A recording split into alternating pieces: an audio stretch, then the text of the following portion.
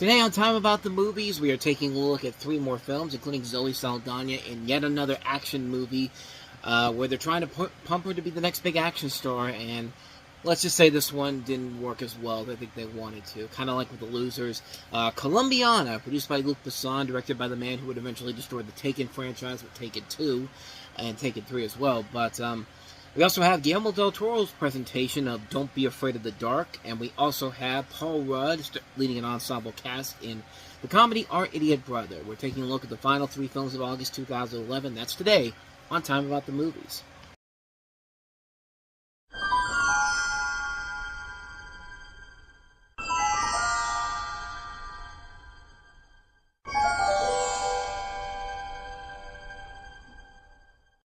Who are you?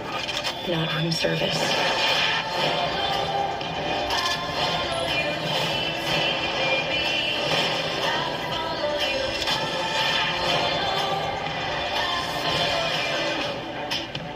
You've been waiting for this moment for a very long time. And now I'm going to finish it.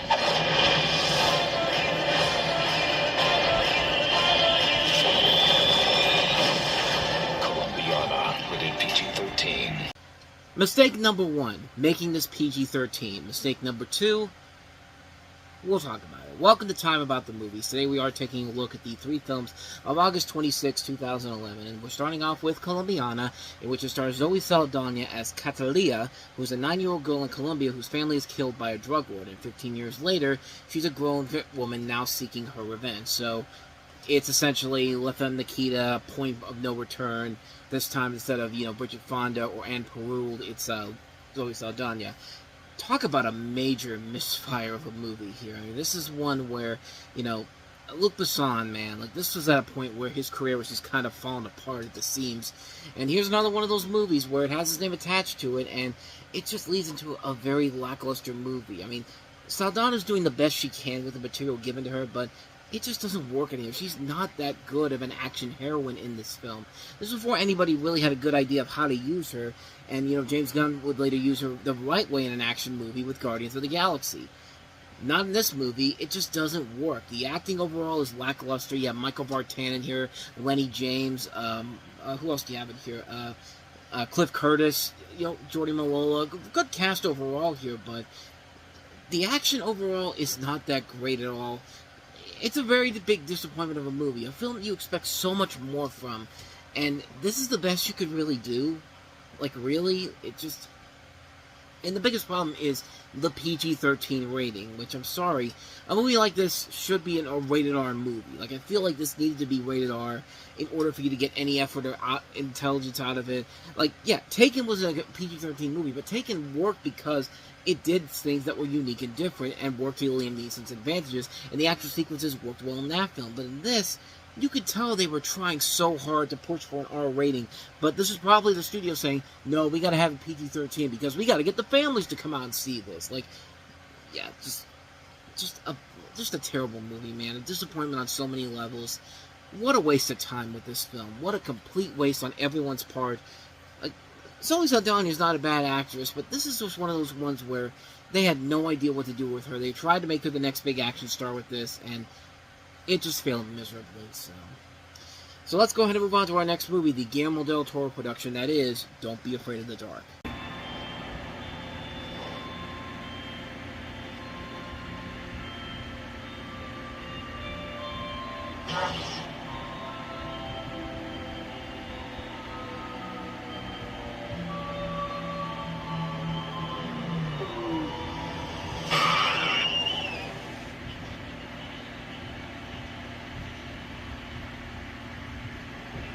Starts August 26th everywhere.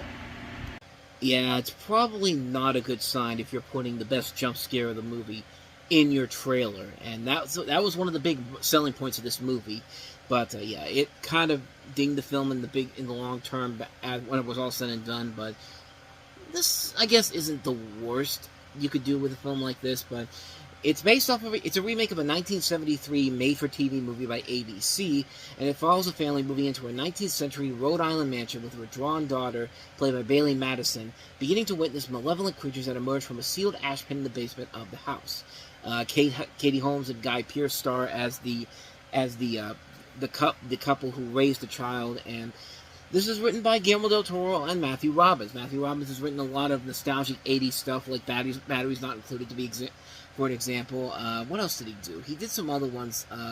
He worked a lot with Steven Spielberg and George Lucas. He wrote the Sugar Land Express. He was a contributor on Close Encounters of the Third Kind and Jaws, and he did work a lot with Guillermo del Toro as well as Ron Howard and George Lucas. So he has credibility behind him. I mean, he works with Guillermo del Toro on several of his movies, like Mimic and also Pinocchio, the good Pinocchio movie from 2022, not that terrible Robert Zemeckis movie, but yeah. The movie overall has this really cool atmosphere to it, and the direction overall is pretty good. The performances overall are fine as well. It's the jump scares that get annoying real fast. And like I said, the best one you just saw right there. Like, if you're selling the movie just on that, and that's your best jump scare of all, it's not the way to sell you. It's not the best way to sell your film. And yet, lo and behold, the film didn't end up doing as well as they wanted it to. I mean, it did decent numbers. I mean, it wasn't a flop by any means necessary. It did make its budget back, but you expected so much more from this. And from Guillermo del Toro, you can't tell me that this was the best thing that he could come up with. Like, I know he wasn't a director on this, but I feel like if he did, he probably would have made this movie a whole lot better than it actually was. And like I said, not a bad movie, just one that should have been so much better than it actually was. Just a mediocre mixed bag. I'll give it that. So.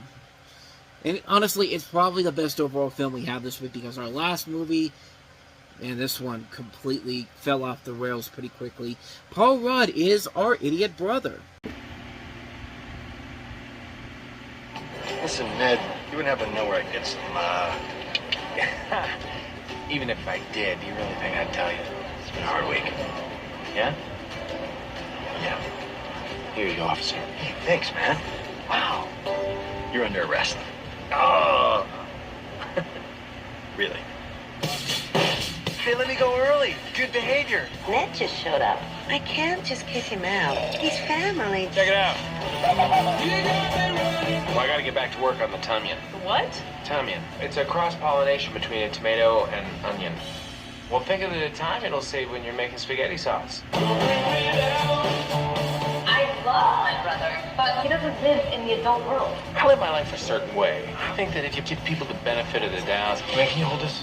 they're gonna want to live up to it. What's wrong with you? You know, try and do good. It doesn't always work out.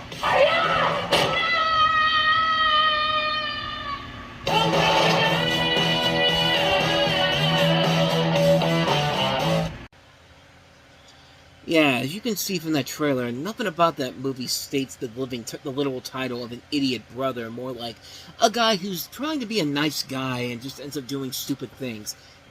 That's one of the many problems with this movie that we have here. Ned is played by Paul Rudd, who lives a happy life growing organic vegetables on a farm with his hippie girlfriend and his dog named Willie Nelson. But an unadvised incident with marijuana at a farmer's market lands him in jail. When he gets out of jail, he's off to live with his sisters. While Ned is still happy, his sisters are much less so, as he manages to screw up one marriage, one job opportunity, one budding relationship, and one domestic partnership. He sees these problems as breakdowns in communications, but his sisters, Elizabeth Banks, Emily Mortimer, and Zooey Deschanel, which I said yesterday one of them was Rashida Jones. Rashida Jones is actually the partner of Zooey Deschanel's character in this movie. But anyway, back to here. The sisters see him as kind of an idiot, and this is definitely a movie that I'm more negative on than mixed. Because, yeah, this is a film that should be much better than it actually is, but I mean, Paul Rudd has proven time and time again that he can hold a movie on his own, like in Role Models and I Love You, Man, but it keeps the movie going, and is the strongest thing about the movie. I think he really is the best thing about it, but the biggest problem with the movie is that it's just not funny. It's really not, and it's not really terrible either. The best sum up I can describe this movie up as, the best thing I can compare it to is You, Me, and Dupree. It's very much that same movie with Owen Wilson, Matt Dillon, Kate Hudson, directed by the Russo brothers. A movie you expect so much better from, with the cast involved and the people who made it, and it just didn't work as a whole. It wasn't funny. It really was just kind of like, nobody was really that much of a douche in that movie. I mean, Owen Wilson's character was not somebody that should be causing all this chaos. Like, he never really feels like that type of a guy in that movie. And in this movie, Paul Rudd's not really doing anything in here that's considered idiotic. And for a movie that's called Our Idiot Brother, The most idiotic thing he shouldn't be known for is, oh, he blabs about things that should be kept secret to others, and it damages relationships, and he accidentally crushes his neighbor's finger into a door. That's not idiocy. That's just life. I mean, that's just an accidental thing that happens in life. I mean, my parents say stuff that they shouldn't be saying out loud to people. Does that make them idiots? No. But it really is something where it's just kind of like, you can't name a movie called Our Idiot Brother and not give me something idiotic in this movie. Will Ferrell does more idiotic things in his movies than Paul Rudd does here. And again, the cast is completely wasted in this movie. You have actors like, Paul Rudd, Elizabeth Banks, Emily Mortimer, Zooey Deschanel, Steve Coogan, Rashida Jones, Adam Scott, all being completely wasted in here, and they're not given anything to do. And it's just... it would help if there was a better writer or director involved in the script here, but not with this film. And the best thing about the movie are the 4 leading actors in here. They're all doing the best they can with the material given to them. It's great to see them doing something big like this, but you expect a whole lot more from them considering who is in this cast and what this film is supposed to be. It should be much funnier than whatever the hell this movie is. This is a film that bored me to tears the first time I saw it. It's just kind of like, my God, get on with it already, because it's not working. It really is not funny at all. The only part that worked was the third act, and by that time, it was already too little too late. I was already done with it. I've had no intention on coming back to see it. I waited 14 years to see it again to see if it held up. It actually got better. It did not. It really has not gotten better in the years since then. Just such a waste of your time and effort. There's so many things that are wrong with it. I hated this movie so much. Our Idiot Brother, more like Idiot Movie. Plain and simple. And thus, with all that said, we wrap up another edition of Time About the Movie. So that means we're going to jump into Labor Day weekend on the next episode with 4 movies of noteworthiness. A couple of films that were clearly dumped by the studio, and then films that some of the studios believed in, like Focus Features. They had The American be the #1 movie last Labor Day weekend, so they said, let's put another one of our movies out there and see what happens. And The Debt is that result of that. But we also have Paranormal Activity in Space, bitches, Apollo 18, and also, hey, 3D horror is still the phrase. Let's do Shark Night and do it in 3D.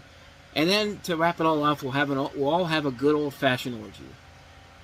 That's literally the name of the movie, and it's probably the best movie we have to look at on the next episode. But we'll take a look at those 4 coming up tomorrow on the show, so be on the lookout for that. But with all that said, thank you so much for watching this, and I hope you enjoyed it. If you did, please go ahead and hit that like button, hit that subscribe button, and hit that notification button. Also, don't forget to check out the playlist, and also check out the last episode we did. But with all that said, whether it's in the past, the present, or the future, I will see you at the movies. Take care.